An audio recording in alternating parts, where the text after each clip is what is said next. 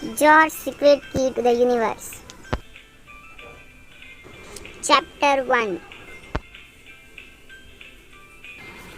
Pigs don't just vanish, thought George to himself as he stood staring into the depths of the very obviously empty pigsty.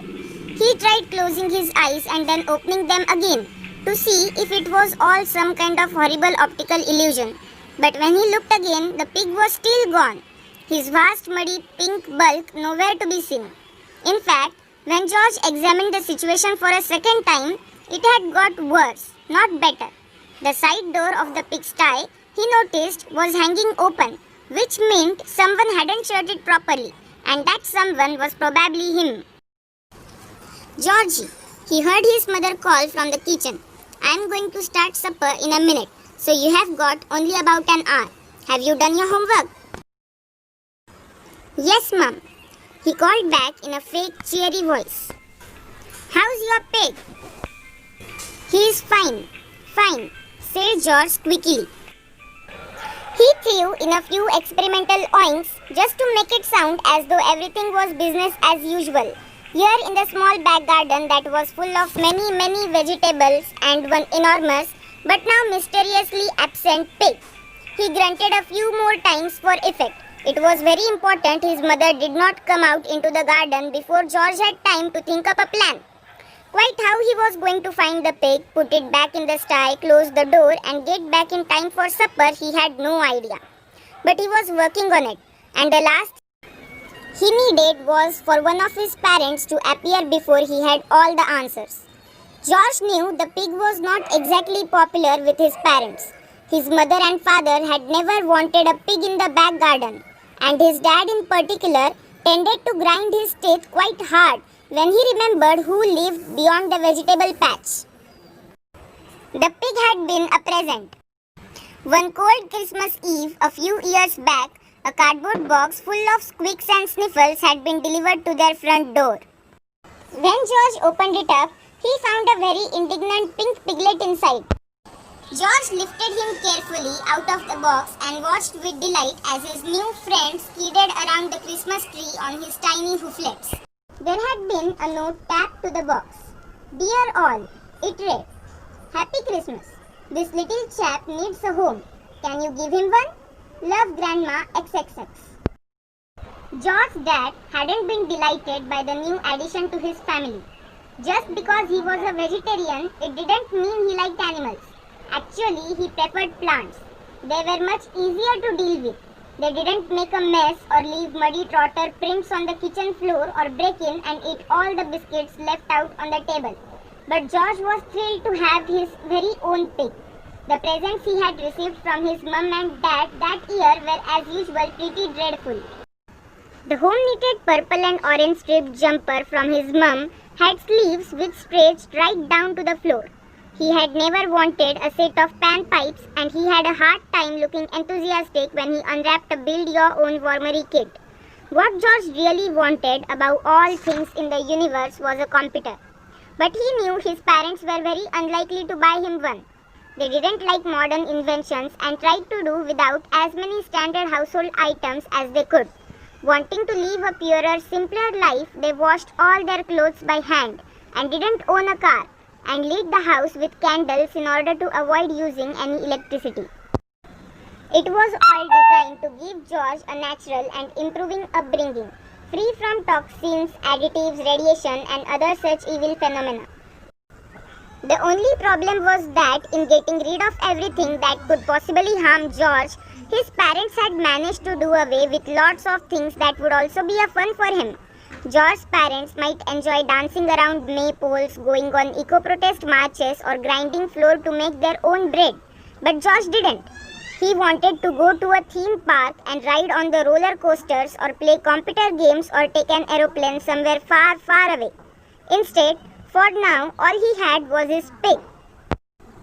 And a very fine pig he was too. George named him Freddy and spent many happy hours dangling over the edge of the pigsty his father had built in the back garden, watching Freddy rootle around in the straw or snuffle in dirt. As the seasons changed and the years turned, George Piglet got bigger and bigger and bigger until he was so large that in dim lighting he looked like a baby elephant. The bigger Freddy grew, the more he seemed to feel cooped up in his pigsty. Whenever he got the chance, he liked to escape and rampage across the vegetable patch, trampling on the carrot tops, munching the baby cabbages and chewing up George's mum's flowers.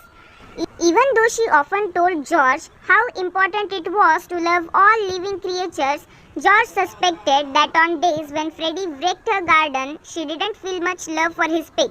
Like George's dad, his mum was a vegetarian, but George was sure he heard her angrily mutter, "Sausages," under her breath when he was clearing up after one of Freddy's more destructive outings. On this particular day, however, it wasn't the vegetables that Freddy had destroyed. Instead of charging madly about, the pig had done something much worse. In the fence that separated George's garden from the one next door, George suddenly noticed a suspiciously pig-sized hole. Yesterday, it definitely hadn't been there. But then, yesterday, Freddy had been safely shut in his sty, and now he was nowhere to be seen. It meant only one thing, that Freddy, in his search for adventure, had burst out of the safety of the back garden and gone somewhere he absolutely should not have done. Next door was a mysterious place. It had been empty for as long as George could remember. While all the other terraced houses in the row had neatly kept their back gardens, windows which twinkled with light in the evenings and doors that slammed as people ran in and out, this house just sat there, sad, quiet and dark. No small children squeaked with joy early in the morning. No mother called out of the back door to bring people in for supper.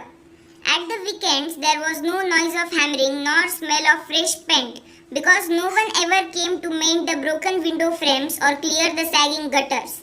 Years of neglect meant the garden had rotted out of control until it looked like the Amazon jungle had grown up on the other side of the fence. On George's side, the back plot was neat, orderly and very boring.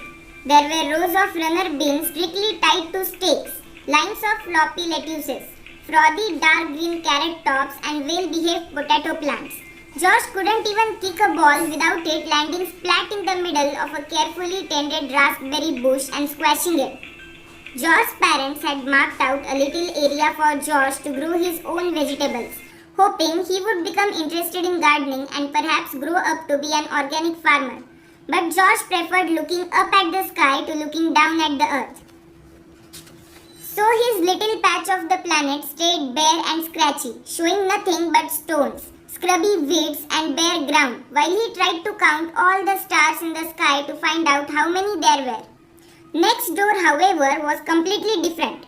George often stood on top of the pigsty roof and gazed over the fence into the glorious tangled forests beyond. The sweeping bushes made cozy little hidey holes, while the trees had curved, gnarled branches perfect for a boy to climb. Brambles grew in great clumps, their spiky arms bending into strange wavy loops, crisscrossing each other like train tracks at a station. In summer, twisty bindweed grasped onto every other plant in the garden like a green cobweb. Yellow dandelions sprouted everywhere, prickly poisonous giant hogweed loomed like a species from another planet, while little blue forget-me-not flowers winked prettily in the crazy bright green jumble of next door's back garden. But next door was also forbidden territory. George's parents had very firmly said no to the idea of George using it as an extra playground. And it hadn't been the normal sort of no, which was a wishy-washy kindly. We are asking you not to go for your own sake sort of no. This had been a real no, the kind you didn't argue with. It was the same no that George had encountered when he tried suggesting that, as everyone else at school had a television set, some kids even had in their bedrooms. Maybe his parents could think about buying one. On the subject of television, George had to listen to a long explanation from his father about how watching mindless rubbish would pollute his brain. But when it came to next door, he didn't even get a lecture from his dad. Just a flat conversation ending no. George, however, always liked to know why. Guessing he wasn't going to get any more answers from his dad, he asked his mother instead. "Oh, George, She had sighed as she chopped up Brussels sprouts and turnips and threw them into the cake mix. She tended to cook with whatever came to hand rather than with ingredients that would actually combine to make something tasty. You ask too many questions. I just want to know why I can't go next door, George persisted. And if you tell me, I won't ask any more questions for the whole of the rest of the day, I promise. His mum wiped her hands on her flowery apron and took a sip of nettle tea. All right, George, she said. I will tell you a story if you stir the muffins. Passing over the big brown mixing bowl and the wooden spoon, she settled herself down as George started to beat the stiff yellow dough with the green and white vegetable speckles together. When we first moved here, his mum began. When you were very small, an old man lived in that house. We hardly ever saw him, but I remember him well. He had the longest beard I have ever seen. It went right down to his knees. No one knew how old he really was, but the neighbors said he had lived there forever. What happened to him? Asked George, who had already forgotten that he had promised not to ask any more questions. Nobody knows, said his mum mysteriously. What do you mean? Asked George, who had stopped stirring. Just that, said his mum. One day he was there, the next day he wasn't. Perhaps he went on holiday, said George. If he did, he never came back, said his mum. Eventually they searched the house, but there was no sign of him. The house has been empty ever since and no one has ever seen him again. Gosh, said George. A little while back, his mum continued blowing on her hot tea. We heard noises next door, banging sounds in the middle of the night. There were flashing lights and voices as well. Some squatters had broken in and were living there. The police had to throw them out. Just last week we thought we heard the noises again. We don't know who might be in that house. That's why your dad doesn't want you going round there, Georgie. As George looked at the big black hole in the fence, he remembered the conversation he had had with his mum. The story she had told him hadn't stopped him from wanting to go next door. It still looked mysterious and enticing. But wanting to go next door when he knew he couldn't was one thing. Finding out he actually had to was quite another. Suddenly, next door seemed dark, spooky and very scary. George felt torn. Part of him just wanted to go home to the flickery candlelight and funny familiar smells of his mother's cooking, to close to back door and be safe and snug inside his own house once more. But that would mean leaving Freddy alone and possibly in danger. He couldn't ask his parents for any help in case they decided that this was the final black mark against Freddy's name and packed him off to be made into bacon rashers. Taking a deep breath, George decided he had to do it. He had to go next door. Closing his eyes, he plumped through the door in the fence. When he came out on the other side and opened his eyes, he was right in the middle of the jungle garden. Above his head, the tree cover was so dense he could hardly see the sky. It was getting dark now and the thick forest made it even darker. George could just see where a path had been trampled through the enormous weeds. He followed it, hoping it would lead him to Freddy.